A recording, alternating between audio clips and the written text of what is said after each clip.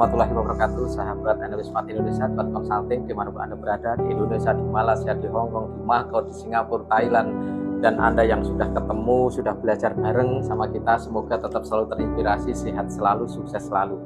Alhamdulillah, syukur ya, ini malam ini saya pegang tokoh namanya Yusuf Bloh.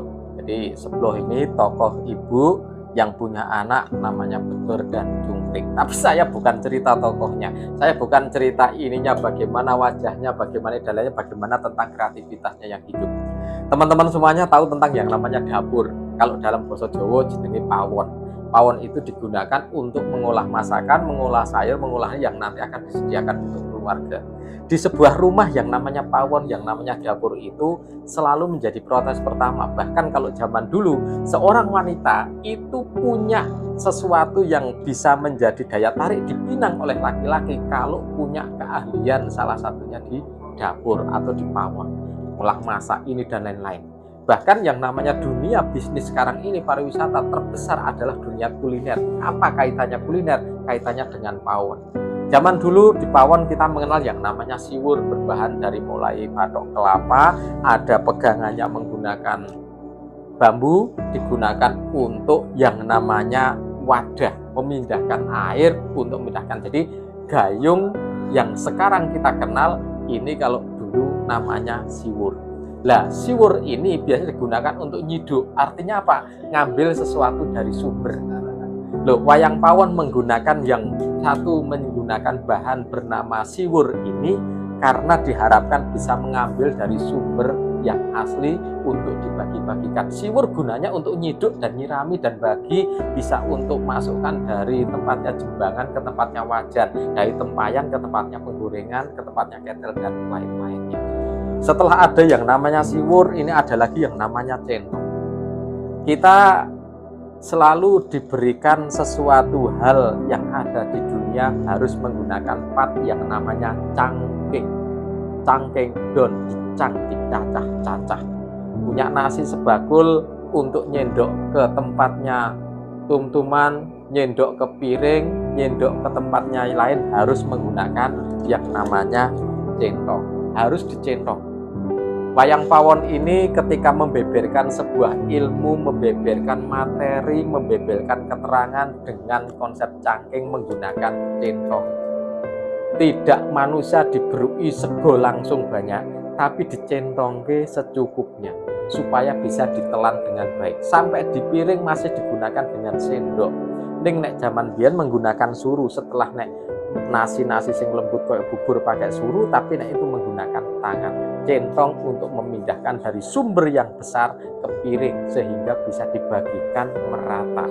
Ilmune bisa merata menggunakan konsep wayang pawon. Jadi ada ilmu yang banyak sekali bisa digunakan di sini.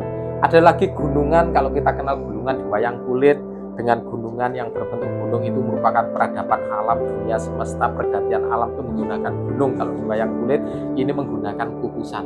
Kukusan itu ketika dipakai dia menghadap ke atas, nasi taruh di dalam atau apapun yang dikukus, runcingnya ada di bawah. Karena kukusan, kuasa Tuhan itu akan runcing kepada orang di bawah, kepada makhluk semuanya, dari langit kepada bumi.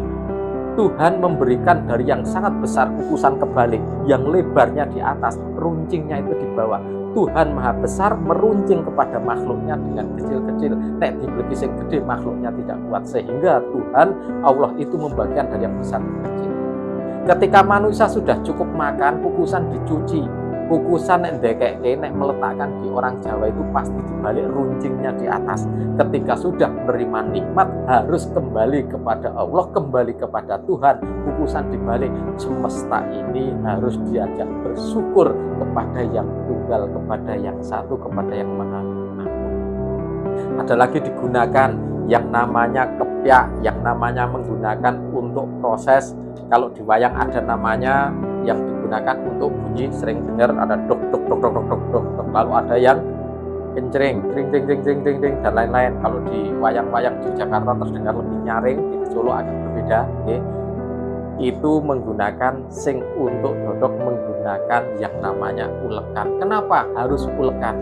Harus punya jiwa kesatria. Kesatria itu laki-laki, karena zaman dulu calon raja harus laki-laki. pangeran itu harus laki-laki kalau zaman dulu. Pangeran yang rajanya putri menjadi ratu. Kalau raja laki-laki, wayang pawon ketika akan merajai harus bersikap sebagai kesatria laki-laki, berani tampil dalam kondisi apapun karena lanang tenan. Kira-kira kayak gitu. Jadi ini wayang pawon nanti tampil di hotel, tampil di mana, yo kendel lanang. Kenapa? Karena pakai ulek-ulek sebagai backgroundnya. Kenapa ini digunakan? Mbok menawa dadi payunge urip, wayang pawon ana kepeke menggunakan sing jenenge garpu kalih sendok ditintingan. Lho kok kenapa pakai garpu sendok? Saradan wis ana centong masuk nang piring, duwe tangan nek nggo garpu sendok berarti kebantu. Makanya menggunakan garpu sendok filosofisnya adalah muga-muga dadi payung sing nyukupi pangan. Garpu sendok itu kesejahteraan sehingga bisa nyukupi pangan. Sok sopo sing pepayung nanggon wayang pawon muga-muga dadi wong sing sejahtera. Ngiten ngaten. Ini ceritanya jadi panjang lebar ini tentang wayang pawon, tapi tidak apa-apa asal muasalnya. Karena di rumah manapun tidak akan pernah bisa jadi rumah yang baik kalau tidak ada pawon, nggak ada dapurnya. Keluarga bisa nggak makan ini, nggak makan. Kenapa? Dapur menjadi sangat penting. Semoga wayang pawon ini bisa dikenalkan Bapak Ibu, teman-teman trainer, teman-teman tour leader, kita ke luar negeri kemanapun kita bisa kenalkan salah satunya wayang pawon. Bisa ngundang saya, ngajak saya bersama wayang pawon dan grup yang ada. Silahkan untuk di tempatnya sekolah kita bisa melakukan edutainment, motivasi tainment yang juga memberikan bukan hanya tentang materi tapi juga refresh yang luar biasa. Semoga menjadi kesempatan untuk kita bertemu dan silaturahim. Salam dari wayang pawon. Wassalamualaikum warahmatullahi wabarakatuh.